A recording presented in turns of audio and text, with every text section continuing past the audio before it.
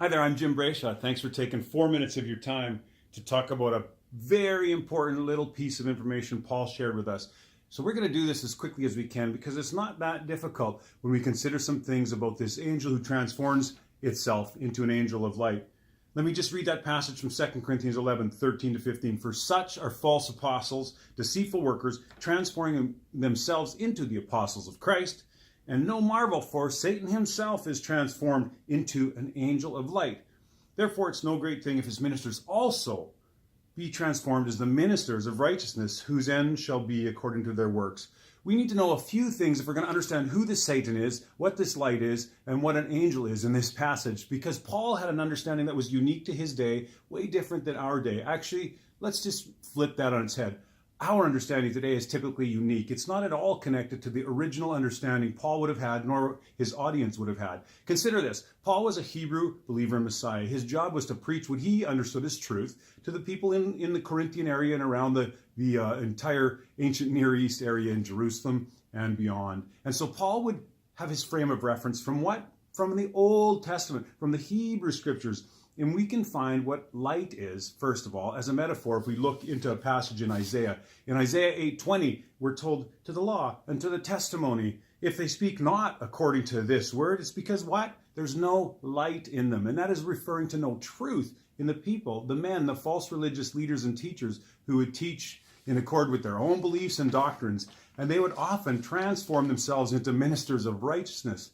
That means they came across with the appearance that what they were teaching was truth and righteousness, and they would draw people in. Consider this. This environment was profoundly steeped in pagan religions, in skewed biblical versions of truth, and in religious leaders who were pursuing power. And if we know what a religious leader was in that day, we look at the word angel and find out a little more, connecting that word again to the ancient understanding that we find in the Qumran cults, the Essene text, the Dead Sea Scrolls. We know this, that an angel, an angelos in the Greek, which is malach in the Hebrew, in so many references in the Bible, is referring to a human man and often a priest or a religious leader of the day. Because there was this false religious system that was always percolating in this unusual Corinthian environment filled with pagan cults and false religious systems, Paul needed to speak against it and let the people know that those ministers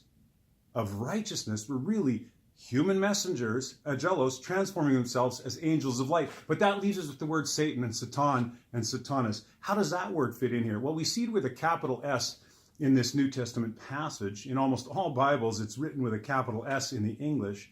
The word Satanas stems from the Hebrew word Satan. And again, that word in the mind and hearer of the audience of the day was referring only to a human adversary. In fact, when it was speaking of somebody teaching false doctrine, a minister of righteousness transforming himself into a messenger of false teaching, into a messenger of true teaching when their teaching was false, Paul knew that the Satanas he was speaking about was a human being, an adversary. It was referring to a man. It can refer to other elements, and you'll see this in other videos, such as a sickness or malady, a false teacher or false teaching, another human opposing a human, and in fact, sometimes God can be the adversary to the humans. So all in all, what do we see here? How would we reread this passage if we were to look at it through the lens that Paul was sitting in when he spoke these words, if in fact it was him? We could see it such as this. Those who are transformed into messengers of light and ministers of righteousness are the deceptive men who teach the unsuspecting laity their versions of the truth. Quite simply, for no wonder there are deceiving false apostles, because even the religious adversary gives off the appearance of teaching truth, and so do the followers of that false teacher become alleged ministers of righteousness. So we know this passage isn't about an angel, supernatural messenger, a supernatural being like Satan who can transform himself into some brilliant beam that deceives people and causes them to be blind to the truth. I'm Jim Brayshaw. Thanks for taking time to chat about this topic. Email me if you have any questions, and take a look at imaginenosatan.com if you're interested in getting a PDF copy of this book. Take good care.